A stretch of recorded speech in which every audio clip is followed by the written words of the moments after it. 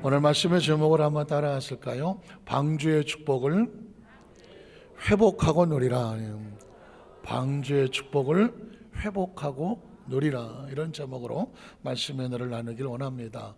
오늘 첫 번째 질문, 방주하면 무슨 생각이 납니까? 누구 생각이 납니까? 노아. 이런 쉬운 질문을, 방주하면 노아가 생각이 나죠? 요건 조금 어렵습니다. 그러면 두 번째 질문, 노아하면 뭐가 생각납니까? 방주 생각. 어려운 게 아니었네. 노아하면 방주가 생각이 나고, 방주가 하면 노아의 생각이 난다. 노아의 방주, 뗄래야 뗄 수 없는, 저 싱가포르 가면 노아 아크라고 하는 노아의 방주를 아주 크게 만들어 놓고 거기 이제 관광을 가기도 합니다. 제가 사진을 준비 못했는데 나중에 한번 보여드리면 실제로 노아의 방주 같이 크게 해놓고, 와, 이게 이렇게 생겼구나 라고 해서, 노아하면 방주, 방주하면 노아를 뗄래야 뗄 수가 없는데, 세 번째 질문, 방주를 왜 만들었습니까? 뭐 하려고? 노아의 가족을 살리려고. 권사님이죠? 권사님. 아까 저 장로님 한번 이러려고요. 방주를 왜 만들었습니까? 탈라고? 허를 확 찔렸어요. 탈라고 만들었던, 틀린 것도 아니고 맞는 것도 아니에요. 물론 탈라고 만들었어요. 근데 우리 질문의 목적은, 방주를 만든 목적은 구체적으로 왜 만들었을까? 심판, 홍수의 심판 가운데서 구원의 방주로 만든 거죠. 구원의 방주를 만들었기 때문에 방주를 왜 만들었을까? 탈라고, 틀린 말은 아니지만 타서 살아남으려고 구원의 방주로 만드신 거죠. 그러면 마지막 질문, 이 시대도 노아의 시대와 같다면 우리에게 구원의 방주가 있을까요? 우리의 방주는 무엇일까요? 이걸 한번 생각해 보는 것이 오늘 말씀의 내용입니다. 우린 첫 번째로 하나님의 심판 가운데 발견되어지는 노아의 신앙입니다. 성경 속에서 가장 아픈 단어는 심판이라고 하는 단어입니다. 심판을 좋아할 사람은 없죠. 물론 이제 운동 경기의 심판은 뭐 옳고 정확한 세이비다 아웃이다 이런 거 확인하려고 있는 거지만, 하나님의 심판이라고 하면 이건 죽음을 각오해야 되는 단어잖아요. 근데 성경에 하나님은 심판하지 않습니다. 이렇게 말하면, 하나님의 심판이라고 써놓고 심판하지 않는다면 그게 무슨 말이냐고 되물을 수 있겠죠. 하나님은 심판하지 않습니다. 하나님은 수술을 하는 거죠. 의사가 어떤 수술을 하게 될 때 필요 없는 부분을 잘라내고 긁어내고, 때로는 꼬매기도 하고 봉합을 하고, 이런 과정을 할 때 잘못된 것을 잘라냈다고 해서 의사가 환자를 심판했다고 하진 않습니다. 뭐 했다고 합니까? 수술했다고 하고 치료했다고 말하는 것이죠. 우리가 살고 있는 지구라는 곳에 잘못된 것이 들어와서 마치 암처럼 한쪽 끝에 자리를 잡으면 그걸 어떻게 하는 게 좋겠습니까? 잘라내고 씻어내고 끊어내는 것이죠. 그러니까 암의 입장에서 볼 때는 심판이죠. 그러나 남아있는 몸의 입장에서는 치료라고 말하는 것이죠. 그런 관점에서 한번 성경을 보겠습니다. 창세기 6장 1절로 3절에 보면, 사람의 땅 위에 번성하기 시작할 때에 그들에게서 딸들이 나니 하나님의 아들들이 사람의 딸들의 아름다움을 보고 자기들이 좋아하는 모든 여자를 아내로 삼았다.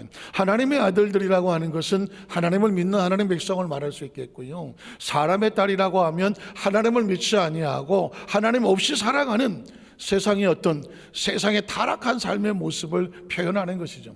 그런데 하나님의 사람들이 하나님의 방법이 아닌 곳에 같이 해야 할 수 있을까요? 없을까요? 해도 될까요? 안 될까요? 안 되는 거죠. 왜냐하면 성경의 가장 가슴 아픈 단어는 뭐냐면 하나님이 없는 삶입니다. 에덴 동산 하나님께서는 에덴을 왜 만들었을까요? 또 그러면 잘 살라고 또 이러려고 그러셔야 돼요. 에덴을 왜 만들면 하나님께서 아담과 하와에게 마치 아기방을 만들듯이 나는 너희가 이렇게 행복하게 살았으면 좋겠어, 하나님의 마음이 있는 거거든요. 그러면 그 에덴은 하나님의 작품이니까 누구랑 같이 살아야 돼요? 하나님과 같이 살아야 되는 거죠. 그런데 그곳에 하나님처럼 되겠다는, 선악과를 따먹으면 하나님처럼 돼. 듣기는 좋지만 하나님처럼 된다는 얘기는 하나님이 필요합니까? 필요하지 않습니까? 필요하지 않죠. 그 얘기는 뭘까요? 내 마음대로 한다는 거거든요. 내 마음대로 된다는, 내가 하나님이 된다는 얘기고 하나님과 떨어져 산다는 얘기거든요. 그러면 에덴이 필요합니까? 필요하지 않습니까? 필요가 없는 거죠. 하나님이 가장 싫어하시고 성경 속에 미워하시는 것은 뭐냐면 하나님 없이도 살 수 있다고 하는 것입니다. 이게 가장 하나님의 가슴 아픈 단어인데, 지금 하나님의 아들들이 하나님이 없는 사람의 삶의 모습을 좋아하고 선택했다는 것입니다. 자, 그래서 그 다음 절에 보면 야훼께서 이르시되 나의 영이, 하나님의 영이 영원히 사람과 함께하지 않느니 결국 뭐가 남을까요? 그들은 뭐가 된다? 육신이 된다고 말했습니다. 제가 처음에 서두에 말씀을 드리기를 인간은 2번 깨어나는 것 같다. 흙에서 깨어나고, 정말 전 최근에 이 에덴, 지난주에 에덴 동산의 축복을 말씀을 묵상하다가, 그래, 우리가 흙 속에 있었는데 하나님 흙에서 우리를 건져냈다. 이게 구원이구나. 세상에서 건져내는 모습과 같고요. 저와 여러분이 이 소중한 시간에 세상에 어디에 적당히 묻혀있지 아니하고 하나님의 날에 하나님의 집에 나와서 하나님께 예배를 드린다? 이건 흙 속에서 나온 것과 같은 거예요. 세상에서 나온 것 같아요. 원래 교회라는 뜻이 그래요. 성도란 뜻이 그래요. 에클레시아라고 간혹 여러분 생각나겠지만 세상에서 하나님의 부르심을 받고 나왔다는 얘기는 분리가 돼서 하나님을 따르는 거룩한 무리, 이걸 성도라고 말하고 그 거룩한 모임을 교회라고 말하는 거예요. 예배는 여러분이 무슨 극장에 나와 있는 것도 아니고 학교에 나와 있는 게 아니라 하나님 앞에 나와 있는 거예요. 믿으십니까? 여러분, 이 자리는 하나님 앞에 나와 있는 자리예요. 하나님이 부르셔서 세상에서 분리되어 나와서 하나님을 예배하고 찬양하면서 하나님의 말씀과 예배로 재창조된다고 말했죠. 생각이 바뀌어지고, 의식이 바뀌어지고, 기분이 바뀌어지고, 감각이 바뀌어지고, 판단이 바뀌어지고, 가치가 바뀌어지고, 내가 바라보는 시야가 바뀌어지고, 시각이 바뀌어지고, 세상을 가는 방향이 바꿔지는 것이죠. 하나님 앞에 말씀을 듣고 나니까 나의 삶의 방향이 조정이 되는 것이죠. 그래서 하나님 앞에 재창조된다고 하는 겁니다. 그런데 만약에 하나님이, 그 인간이, 하나님의 영이 떠나면 어떻게 될까요? 육체만 남거든요. 육체만 남으면 육체는 결국 어디로 간다? 흙으로 가기 때문에 난 너랑 더 이상 개입하지 않겠어. 네가 하고 싶은 대로 살아. 그 얘기는 뭐예요? 육체로 남기 때문에 성경은 뭐라고 말하냐면 죽은 자라고 말하는 것입니다. 영원히 살아나야 다시 산다, born again, 중생, 거듭난다고 말하는 것이고, 영원히 떠나면, 그 하나님의 영이 떠나면 죽은 자와 같다고 말하는 것이죠. 그래서 제가 이렇게 묻죠. 예수님을 구주로 믿으시면 아멘 하시기 바랍니다. 예수를 구주는 영이 살아야만 할 수가 있는 거거든요. 예수를 구주로 믿는다고 고백이 안 된 사람은 영이 살아나지를 못한 상태거든요. 육신은 예수를 구주로 고백을 못해요. 영이 하는 겁니다. 오늘 육신으로 전락해버린 것은 하나님이, 안타깝지만 하나님이 없는 육체는 하나님이 개입할 수가 없는 거예요. 자, 그래서 그 다음 절을 보면 5절에 7절에 보면 야훼께서 사람의 죄악이 세상에 가득함과 그의 마음으로 생각하는 모든 계획이 항상 악할 뿐임을 보시고. 왜 그럴까요? 왜 그 시대 사람들은 세상에 죄악을 가득하게 만들었고 그의 마음으로 생각하는 모든 것들이, 계획이, 생각이 왜 다 악할까요? 하나님을 떠나서 하나님의 거룩한 영이 없기 때문입니다. 사람은 만약에 하나님이 없이 살라고 하면 그냥 내 육신이 원하는데, 육신은 뭐라고요? 등 따시고 배벌리면 그냥, 세상 말이지만 육신이 하는 말이에요. 그냥 땡이요. 우리 교회 성도들은 땡도 모르고 광땡도 모르고 장땡도 모르고 얼마나 좋은지 몰라. 우리 교회 성도들은 오로지 기도하고 전도밖에 몰라. 그러니까 제가 다 가르쳐 드려야 돼. 연애해봤냐고 손들었더니 아무도 없더라고. 난 연애해봤다. 없잖아, 안 해. 그러니까 연애 얘기도 제가 해드려야 되고, 세상에 가요 안다? 없잖아. 제가 다 해드릴 테니까 여러분들은 그냥 기도하고 전도하시고. 어쨌든 간에 세상에 육신이란 그래. 그냥 등 따시고 배부르면 되고, 마음은 자기의 욕심에 대해서 그것만 채워지면 그게 행복하다고 말해. 영은 안 그래요. 영은 하나님의 말씀과 하나님의 생각대로 살아야 영은 숨을 쉬는 거예요. 근데 그 영이 없어. 그러니 어떻게 돼요? 마음대로 사는 거죠. 육신대로 살아가, 본능대로 살아가. 그러니 어떻게? 세상은 악하고 죄악이 가득한 거죠. 하나님이 어떻게 했습니까? 그 다음 절을 보니까 어떻게? 땅 위에 사람 지으셨음을 뭐 하셨어요? 한탄. 한탄은 어떻게 하는 거예요? 어떻게? 한탄은 어떻게 하는 거야? 일단 그냥 뭐부터 나와? 한숨부터 나오죠. 이때 중국말을 쓰는 거예요. 여러분, 성경을 보면 어느 날 제가 미국에 선교사 할 때요, 성경을 이제 그때 컴퓨터로 칠 때 막 486, 38 이따만 데스크탑 이만한 거 그걸 놓고 이제 막 그냥 A4 8장씩 막 성경을 막 원고를 치고 설교할 때예요. 갑자기 제가 그 성경을 읽다가 하나님의 통곡 소리를 들었어. 갑자기 제 귀전에 그냥 하나님의 통곡 소리가 들어.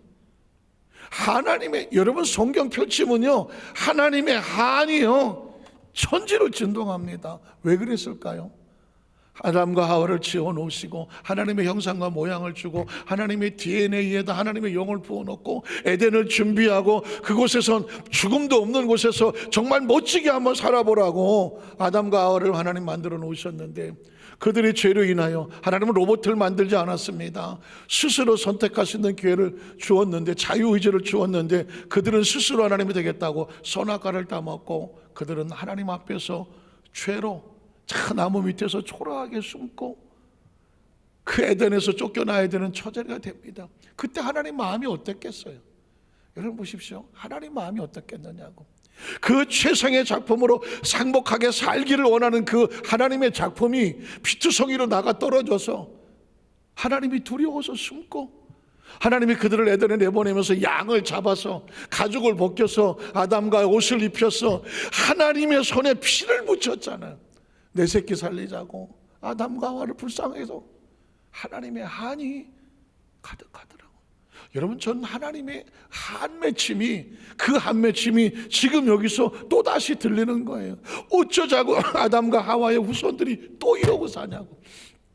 죄악에 간영한 것을 보면서 전 하나님의 한을 붙으면서 하나님, 그 한이 바로 십자가에서 풀리는 거예요. 제가 나중에 말하겠지만, 왜 예수님이 십자가에서 그 처절한 저주의 한 덩어리인 십자가를 짊어지시고 거기서 다 이루었다고 했나 했더니 하나님의 한을 풀어드리는 게 십자가인 거예요. 여러분, 하나님이 아프면 여러분의 마음은 어떠십니까? 맑게 말해요. 여러분, 혹시 그러십니까? 저는 성경 속에서 하나님의 눈물과 하나님의 아픔을 보면 제 가슴이 아파 견딜 수가 없어. 저는 우리 여두순복 안산교회 성도들이 내가 하나님을 떠나면, 하나님을 밖에 살면, 하나님과 동행하지 않으면 하나님이 나를 보고 통곡하시겠구나. 2명밖에 아멘을 안 하는데 그 마음이 느껴지시기를 주의 이름으로 축복합니다. 여러분, 세상에서 제일 힘든 게 자식이 우는 거라고 말했잖아요. 제가 미국에 선교사를 마치고 이제 한국으로 들어오게 됐어요. 5년 동안에 힘들고 정말 어려운 고비를 생사고날 같이 했는데 이제 그걸 다 놓고 돌아와야 되는 입장이에요. 마지막 예배를 드릴 때 중고등부 학생들이 이제 헌금송을 하는 건데 저희 집 아들이 초등학교 6학년인데 같이 형들 사이에 꼈어요. 근데 이제 노래를 부르는 거예요. 찬송을 감사해야 깨닫지 못해 부르는데 우리 아들이 거기 섞여갖고 울더라고. 그래 맨 앞자리에 앉았었는데 자식이 우는 걸 보니까 기분이 좋은가요? 나도 막 눈물이 나가고요. 울고 앉았네. 저는 보니까 또 울고 있어. 끝났어. 그 나중에 물었어요. 야, 너 왜 울었니? 그때 아빠가 울었잖아요. 얘는 울고 싶지 않았는데 나를 보니까 내가 울고 있더래. 아마도 이제 미국 고등학교, 중학교 가고 그래야 될 아이를 갖다가 다시 한국으로 데려올 생각을 하니까 자식의 상처를 많이 줬거든요. 선교사 간다고 갔지, 돌아온다고 갔지. 애가 뭐 정상적인 학교 생활을 잘 못한 그 생활할까 제가 마음이 아파서 제가 눈물을 흘렸던 것 같은데 이놈은 또 제가 운다고, 아버지가 운다고 지도 울었대. 여러분, 하나님이 저와 여러분을 보고 우는 거 아세요? 전 많이 느껴요. 하나님이 한탄하고 오시겠고, 오늘 저와 여러분은 하나님의 눈에 눈물을 흘리는 존재가 아니라 난 너로 인하여 기쁘고 즐겁다, 하나님 앞에 웃음을 드릴 수 있는 우리 교회와 성도들, 우리 모두가 되기를 주님의 이름으로 축원합니다. 노아 시대는 노아 시대로 끝나야 되지 않겠어요? 하나님이 한탄하고 마음에 근심하고 그 다음 절을 보니까 이르시되 내가 창조한 사람을 내가 지면에서 쓸어버리되 사람으로부터 가축과 기는 것과 공중의 새까지 그리하리는 내가 그것들 지었음을 뭐 하는 거예요? 한탄하는 거예요. 하나님이 영이 떠나버리고 하나님 필요 없어요, 우리끼리 살래요 하는 이 존재가 하나님이 이 창조한 이 세계에서 살아갈 이유가 없는 거죠. 아까 말씀을 드렸습니다. 이건 심판이 아니라 수술과 같더라. 그래서 그 다음 절에 보면 그러나 이 상황 속에서도 꿋꿋하게 믿음을 지키는 한 사람이 있었습니다. 그 사람 이름이 뭐예요? 노아였다는 것입니다. 그런데 노아가 그 상황 가운데 믿음을 지킬 수 있었던 이유가 뭔가 봤더니 야훼께 무엇을 얻었더라? 은혜를 얻은 거예요. 저는 우리 여도수 만살교회 성도들이 지금 시대가 노아의 시대보다 깨끗할까요? 지금 시대가 노아의 시대보다 거룩할까요? 지금 시대가 노아의 시대보다 정말 하나님 보시기에 좋을까요? 어림도 없을 거요. 더 교묘해지고 더 타락하고 더 아주 아마 더 아무도 모르게 감쪽같이 세상은 점점 하나님 앞에서 멀어져 가고 있다는 생각을 그만 길이 없습니다. 그러면 이 시대 속에서 우리는 어떻게 살까요? 마지막 희망은 그 시대의 희망이 노아였던 것처럼 이 시대의 희망은요 그리스도일 수밖에 없는 거예요. 그런데 저와 여러분이 어떻게 신앙을 지킬 수 있을까? 이 시대의 신앙을 지킬 수 있는 방법은 노아가 받은 축복이에요. 노아는 어떻게 했습니까? 하나님의 은혜를 얻는 것이죠. 은혜를 얻었더니 어떻게 될까요? 그 다음 절에 보니까 이것이 노아의 족본이라 노아는 의인이요. 노아가 행동이 완벽해서 의인이 아닙니다. 하나님을 절대적으로 신뢰하니 의인이라고 여겨주시는 것이죠. 기억하십니까? 아브라함이 하나님을 믿었더니 하나님이 아브라함을 뭐로 여겼더라? 의로 여겼다. 저와 여러분이 의로워지는 것은 우리가 행위를 깨끗해서 의로워지는 존재가 아닙니다. 하나님을 절대적으로 신뢰해 주면, 인정하면 네가 나를 알고 따라주니 내가 너를 의롭게 여겨주는 것이죠. 그리고 당대의 완전한 자라. 이 땅에 완전한 사람이 어디 있습니까? 하나님 안에 있으니 하나님이 보호하셔서 완전한 모습처럼 보이는 것이고, 그는 하나님과 뭐 했다? 동행했다. 모든 사람이 제갈 길로 갈 때에 노아는 하나님의 은혜를 얻어서 하나님 편에 서 있을 수 있었다는 것입니다. 여러분, 이 시대가 얼마나 교묘한지 아십니까? 얼마나 무서운지 아십니까? 제가 지난 주일에 우리나라 정말 대단하다, 하나님, 예수님, 성령님이 지금도 우리나라에 다 와 계신다 말씀도 기억하십니까? 아니, 증산도라는 곳에서는 하나님이 육신의 몸을 입고 와서 지금 와 있다고 그러지, 또 뭐 안상홍 여기는 예수님이 몸을 입고 지금 뭐 안상홍으로 와 있다고 그러지, 어디 신천지에서는 성령님이 몸을 입고 지금 그분이 성령님이라고 그러시지. 이런 시대에 살고 있어요. 그런데 이 시대에 수많은 영혼이 도적질을 당하거든요. 제가 이 증산도에 대해서 난 전혀 관심도 없었는데 거기서 말하는 내용이 성경을 가지고 얘기하고 하도 제가 보기에 이거 참 어이가 없지만 성도들한테 경각심을 줘야 되겠다 해서 제가 그 중에 하나 발췌를 해왔습니다. 증산도에서 나온 책이에요. 제가 위에 잘 보일지 모르겠죠. 읽어보면 공자석가 예수는 내가 쓰기 위해서 내려보냈느니라. 여기서 말하는 내가라는 것은 뭐냐면 자칭 옥황상제, 요즘도 그런 말을 쓰더라고요. 옥황상제는 하늘의 하나님이라는 뜻이에요. 그런데 자기가 하나님이라는 겁니다. 그러니까 공자석가 예수도 내가 보냈다는 겁니다. 그리고 곧 그동안은 천상에 계시면서 당신의 대행자인 성자들에게 인간을 교화하라는 천명을 주어 공자석가 예수를 내려보내셨다는 말씀이다. 그런데 그러므로 상제라고 말하죠. 옥황상제예요. 증산교에서 믿는 교주예요. 불교, 유교, 기독교만의 하나님이 아니다. 한민족이나 중국인 또는 서양 사람만의 하나님도 아니다. 상제님은 온 인류의 하나님이라. 그러니까 지금 하나님이란 말은 불교에 쓰지 않고요, 도교에 쓰지 않아요. 기독교에서 쓰는 말이거든요. 그런데 지금 증산도라는 곳에서 예수를 믿지도 않으면서 자기가 하나님이라고 말을 해요.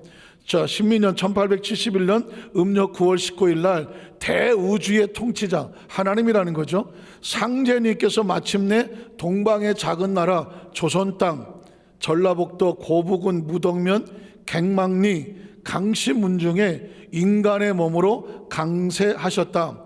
상제님이 강시문중에 오신 것은 강씨가 현존하는 인류의 모든 성씨 가운데 시원이 처음이기 때문에, 그래서 원시로 반번하는 가을의 섭리에 따라 강씨로 오셨다.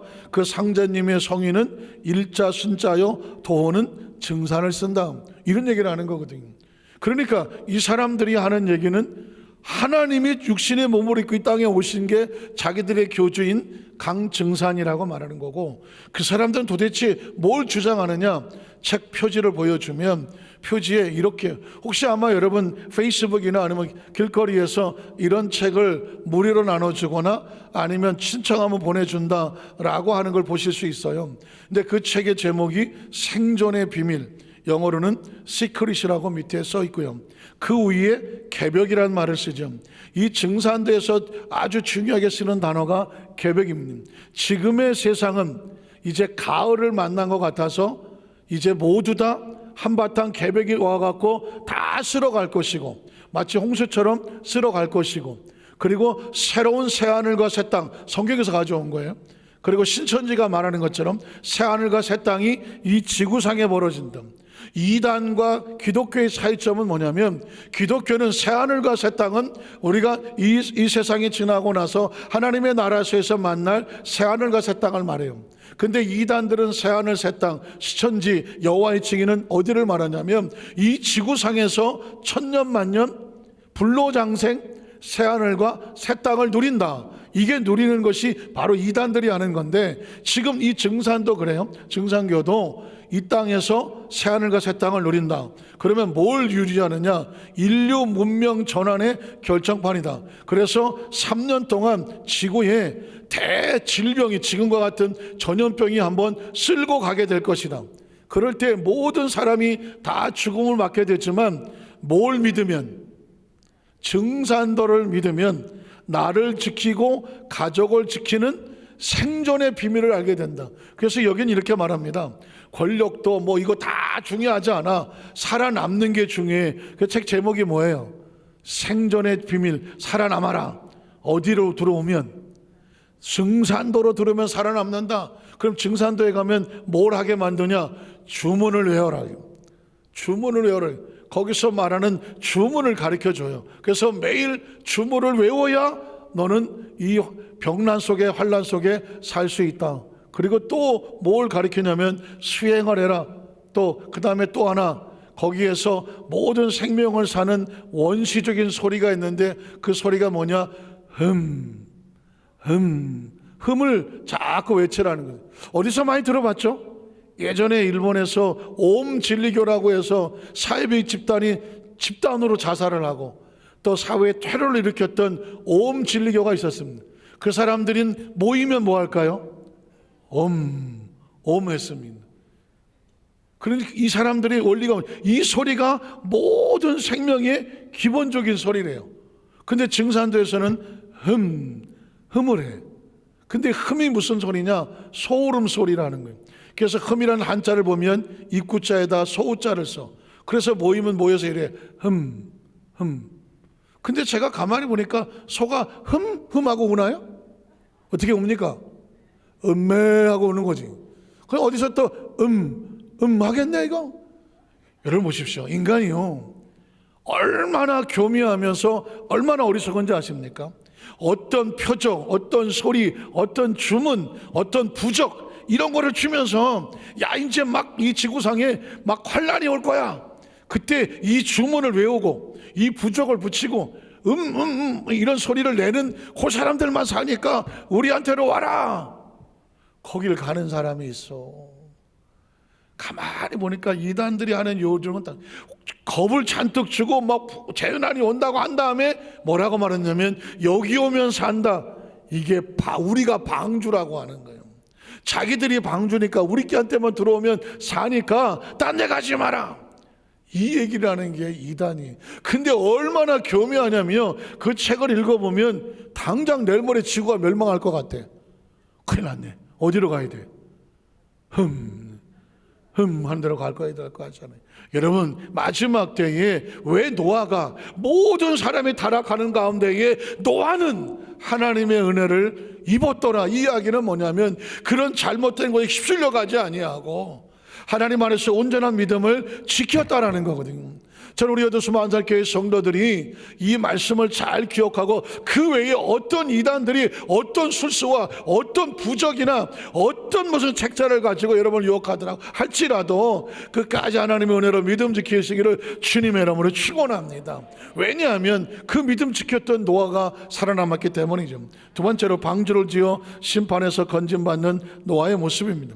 한번 찾아보겠습니다. 하나님은 심판을 왜 어떻게 하셨을까? 창세기 6장 13절에 보면 심판이 선언됩니다. 하나님은 노아에게 이르시되 모든 혈육 있는 자의 포악함이 땅에 가득하므로, 그 끝날, 이단들이 항상 하는 얘기 중에 하나가 끝날입니다. 그런데 이 끝날은 누가 정한다? 하나님이 정하는 겁니다. 근데 이단들은 이 끝날을 자기들이 정합니다. 그 끝날이 오는데 그 끝날에 우리가 만든 이 방주 이단 속에 들어와야 돼 라고 말합니다. 그러나 이 끝날은 아무도 모릅니다. 하나님이 정하시는 날입니다. 믿으십니까? 어쨌든 하나님의 끝날이 내 앞에 이르렀으니 내가 그들을 땅과 함께 멸할 것이다. 자, 14절에 보면 노아를 위해서 방주를 만들라고 합니다. 너는 고페르 나무로, 고페르 나무는 잣나무를 말하는데요, 누구를 위해서? 너를 위해서 방주를 만드는 목적은, 우리가 시대 속에서 신앙생활을 하는 것은 방주를 만드는 것 같아요. 여러분, 방주 만들기 쉬웠을까요? 쉽지 않았을까요?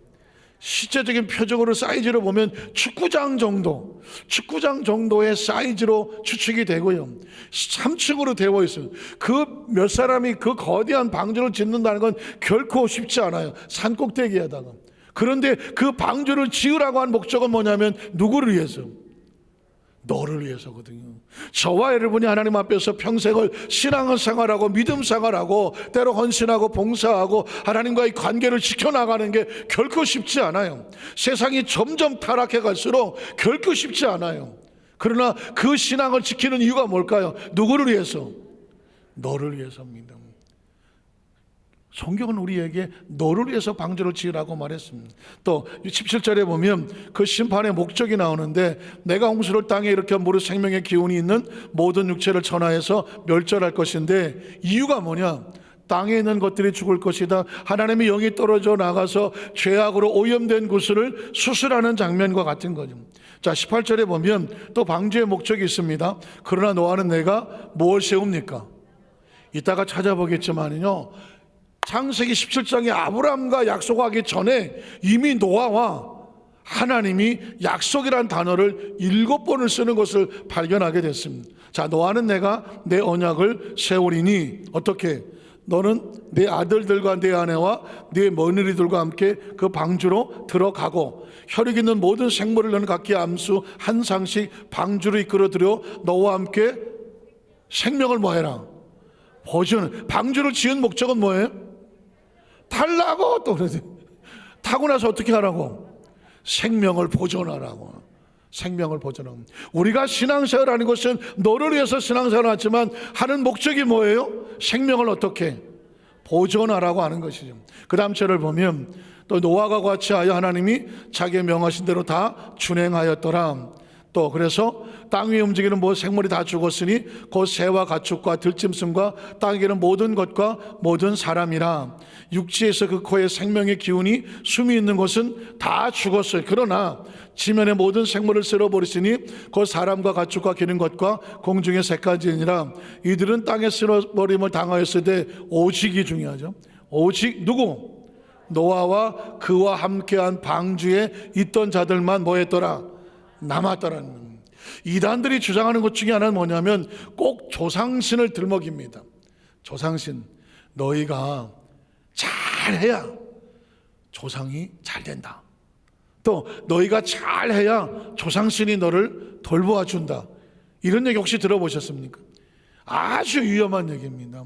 사람의 인생에 따르면 잘못 끝나서 그 영혼은 1대1로 각자 하나님 앞에 서는 겁니다. 우리가 여기서 뭘 잘해야 이미 돌아가신 조상이 잘 된다라고 말하는 것은 남아있는 자들의 뜯어먹으려고 하는 소리예요. 사실은 49제 드린다는 이 단어는 무슨 말이냐면, 부모가 돌아가셨다고 쳐요. 그러면 49제를 지낸다고 해. 그러면 49일 동안 이 자식들이 뭘 이 땅에서 뭘 갖다가 뭐 불상을 올려놓고 재물을 갖다가 올려놓고 뭐 치성을 드리고 이러면 그 49일 후에 염라대왕이 저승사자와 함께 심판을 해서 49일 동안 네 자손들이 부모를 위해서 잘 치성을 드렸으니까 너는 극락으로 가라. 너는 네 자식들이 잘못됐으니까 지옥으로 가라. 이런다는 거예요. 그러면 부모를 먼저 보내놓고 자식 입장에서 앞으로 49일 동안 네가 잘해야 부모가 극락을 가고 잘못하면 지옥 간다 그러면 49일 동안 뭐 하겠어? 밤낮 없이 지성을 드리겠죠. 49일째 되는 날 가서 49제 드릴 때 뭐라고 말하겠어요?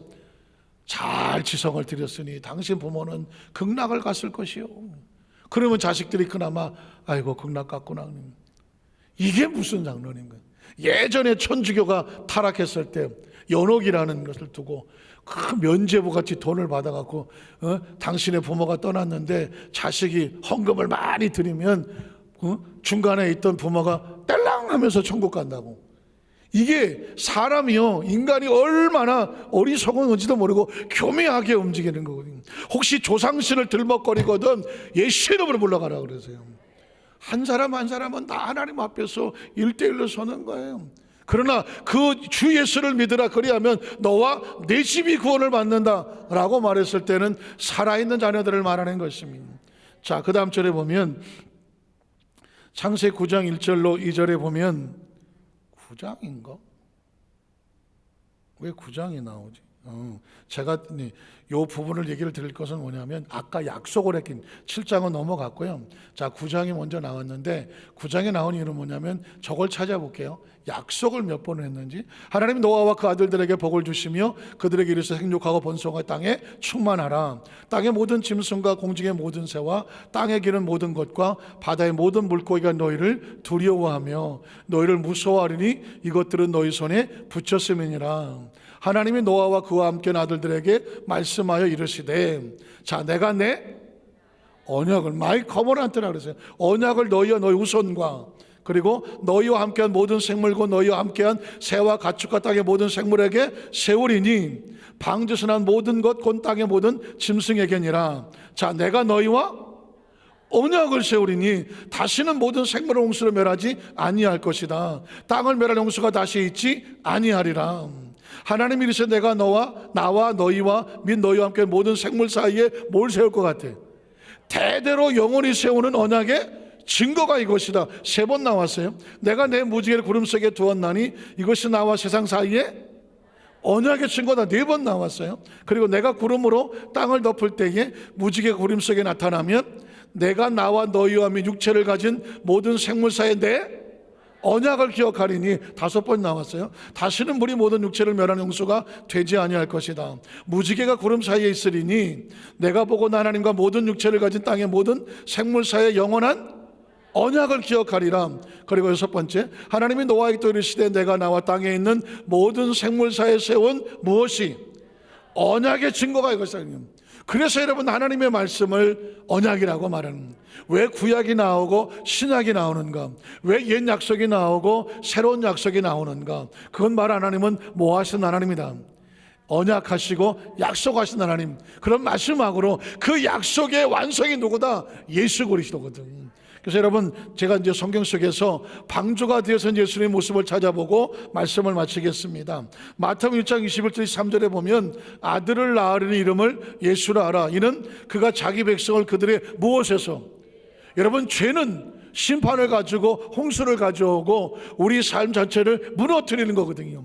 예수란 뭐냐? 그 죄에서 우리를 방주가 되어주셔서 건져주신 하나님. 구원이란 뭐냐? 건져내는 겁니다. 모세가 물에서 건져지는 것처럼 죄악의 심판에서 우리를 건져주시는 분이 누구다? 예수님이거든. 그래서 예수님을 구원의 방주라고 말하는 것입니다. 마태복음 4장 23절 25절에 보면, 넘어갈게요. 예수께서 온 갈릴리에 두루 다니사 그들에 당해서 가르치시며, 자, 천국 복음을 전파하시며 백성 중에 모든 병과 모든 약한 것을 뭐합니까? 고치셨다고 말했어요. 왜 병을 고칩니까? 병도 인간의 생명을 파괴하는 마치 쓰나미와 같고 그리고 홍수와 같아요. 그런데 여기서 건져내는 치료의 방주가 있어. 그게 뭐다? 예수님인 거거든요. 예수님의 죄에서 건져내는 구원의 방주라고 말한다면 그 모든 질병에서 치료하시는 치료의 방주가 누구다? 예수님인 것이에요. 그래서 여러분, 예수님 안에서 우리가 교회에서 말씀을 듣고 기도하는 가운데 이게 예수의 이름으로 뭐가 나타나느냐? 치료 역사가 나타나는 거죠. 마태복음 5장 1절로 12절을 보겠습니다. 자, 내용이 길어서 다 읽지는 않아요. 마태복음 1장 1절에 보면 산상수훈에 제일 먼저 팔복이 나오죠. 제가 여러분의 그 전에 한번 말씀을 드렸는데 이건 중요한 말씀이라 제가 한 번 더 드리면, 구약 성경은 십계명은 이렇죠. 이렇게 하면 이렇게 해줄게. 계명은 그래요. 세상의 모든 것들이 그렇죠. 너 이렇게 하면 내가 이렇게 해줄게. 그런데 하나님의 계명을 우리가 다 지키고 못 살잖아요. 지금까지 살면서 나는 한 번도 죄를 지은 적이 없다. 한 번도 죄를 안 지었다 하는 사람 있으면 손 들어보세요. 아무도 없잖아요. 저도 손을 못 들어요. 누가 한 번도 죄를 짓지 않고 살겠습니까? 지금도 우리가 말하는 거, 행동하는 거, 우리가 행동 하나를 통해서 의로워질 자격이 없고 능력이 없어요. 그러니 이걸 이 문제 어떻게 하느냐고요. 그래서 예수님께서 이 땅에 오셔서 건져내시는 목적은 딴 게 아닙니다. 네가 부족하고 죄를 짓고 불의하고 못났음에도 불구하고 내가 저 십자가에서 하나님의 뭐가 풀리더라? 다 잊어버리셨지? 하나님의 뭐가 풀리더라? 구약 성경 속에 하나님께서 성경을 열면 하나님의 뭐가 부르짖더라? 한이 부르짖잖아. 저는 우리 교회 성도들 너무 감사해요. 매일 듣는 게 새로운 말씀이죠. 예. 지난주에 했던 얘기 이번 주에 또 해도 우리 목사님은 늘 새로운 말씀을 주죠. 나는 조마조마해서 저거 한 얘기 또 하냐고 또 그럴까봐 조마조마하는데 우리 성도들은 늘 새로운 말씀이죠. 조금 아까 제가 하나님의 한이 흐른다고 그랬잖아요. 십자가에서 뭐가 풀리더라? 하나님의 한이 풀리는 거예요. 그 우리가 율법으로 행위를 똑바로 하지 못했던 것을 예수님이 대신 그 십자가에서 율법의 저주를 대신 담당하심으로 말미암아 우리가 죄를 지었음에도 불구하고 죄 짓지 아니한 모습으로, 믿으십니까?